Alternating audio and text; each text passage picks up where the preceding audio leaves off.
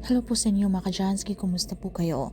At ngayong araw na ito ay meron na naman po tayong bagong ipapahagi sa inyo na kung saan ito po ay mga simpleng paraan para mas lalo pang maka-attract ng good luck na yan sa usaping yaman man o pananalapi. So bago po ang lahat mga ka-Jansky ay nais ko lang pong i-promote sa inyo para po sa mga gusto ng mga pampaswerte sa inyong mga negosyo, sa inyong mga trabaho, sa inyong mga career, or kung kayo po ay mahiling maglaro ng anumang uri ng sugal, meron po tayong pampaswerte dyan. Para po sa mga interesado, mag-PM lamang po kayo sa akin.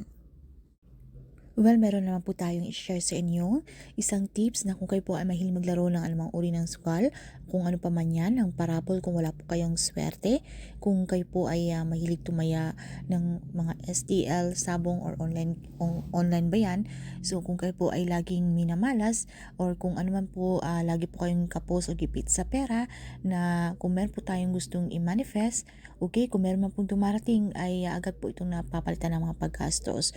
So tila kay ilap po ng swerte at tila yung daloy po ng kaperahan sa ating buhay ay tila tayo po ay inaalat.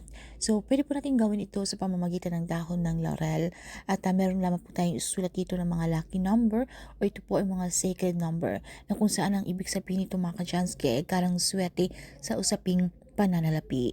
Pero kinakailangan ay malakas po ang inyong paniniwala sa ganitong mga pampaswerte para ito po ay mag-work sa inyo.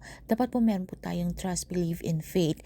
Dahil ito po sa mga ganitong pampaswerte ay pinapractice po natin yung ating law of attraction na kung saan magandang bagay lamang ang ating iniisip na tayo po ay positibo, na tayo po ay sure na ito po ay mangyayari at ito po ay mangyayari. Dahil kung meron po tayong pag-aalinlangan, meron po tayong mga worries or inyo lamang po itong sinusubukan, kung totoo nga ba ang mga itong mga pampaswerte ay huwag nyo lamang po itong gawin dahil masasayang lamang po ang inyong oras para lamang po ito sa mga taong merong 100% na naniniwala rito.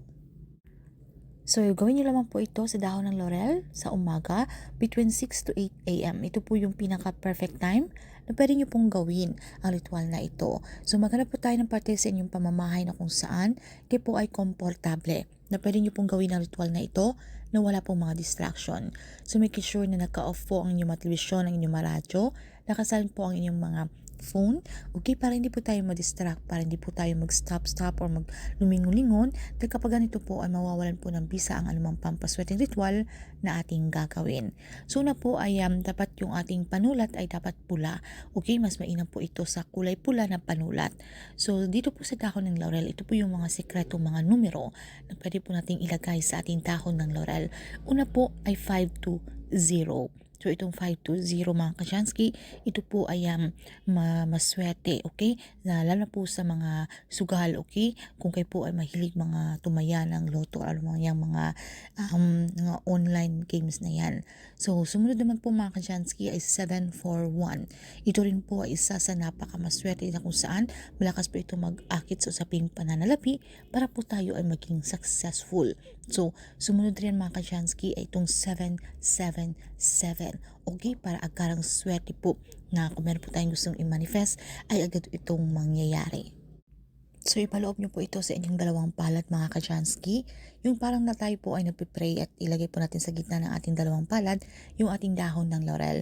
At dahan-dahan lamang po natin itong i-rub hanggang sa ating vibration or ang ating energy, yung init ng ating katawan ay malipat po dito sa ating dahon ng laurel. At nasalan po natin ito para mas lalo pang ma-activate ang energy nito. So isang ama namin at isang sumasampalataya ako kung kayo po ay Katoliko. Pero kung iba naman po ang inyong reliyon ay wala pong problema. Pwede po kahit mga personal na dasal. At pagkatapos ay sambitin nyo na po ang inyong mga intensyon. Kung ano po ang inyong mga kahilingan, kung ano po yung inyong gustong makamit. Alright? So huwag nyo pong limitahan ang inyong mga sarili. Especially po kung alam nyo pong deserve nyo po ang bagay na inyong hinihiling kay universe. And then maging positibo, i-claim, i-affirm na po sa inyong mga sarili ang mga swerteng darating na ito. Sambitin nyo lamang po yung ating mantra. Thank you universe. Now I'm ready to receive the blessings. At pagkatapos ito mga ka-Jansky, ilagay nyo lang po ito sa inyong mga pitaka. Okay? Iipit nyo lang po ito sa mga pitaka dahil ito po yung magsisilbing yung good luck, lucky charm. Kung ano man po ang inyong mga mahalagang lakad na may kinalaman po sa pera o kung kayo po ay maglalaro, okay, himasin nyo lamang po iyan bago po kayo maglaro. O kung kayo po ay tumaya or bago po kayo umalis ng pamamahay, okay, so himasin nyo lamang po iyan mga kachansky. So kailangan po tayo po ay maging positibo lagi, alright, para ito po ay mangyayari. At kapag nangyari naman po ang isa sa inyong mga kailingan, ay nyo lamang po itong sunugin itong ating dahon ng laurel. At ang abo nito ay isabon nyo lamang po ito sa harapan ng inyong mga front door o ng inyong mga main door. So yun lamang po ang napakasimpleng pampaswerte na gamit po ang dahon ng laurel.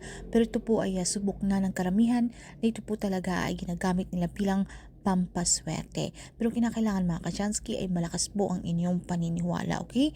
Kung nag-work po ito sa iba, ay siguradong ito rin po ay mag-work sa inyo. And syempre tandaan rin po natin na patuloy pa rin po tayong magsumikap, gumawa pa rin po tayo ng aksyon, mga papaplanong gagawin kung paano pa po tayo masalong umangat sa ating buhay. Dahil nasa atin pa rin po ang may kontrol at tayo pa rin po ang gumagawa ng ating kapalaran. Nasa ating kamay ang tagumpay mga kachansky. So ika nga nila na sa Diyos ang awa, nasa tao ang gawa. So sa pamamagitan po ng mga pampaswerte ritual na ito po ay makakatulong para masalo pang lumapit ang swerte na yan. So good luck po sa inyo mga kachansky.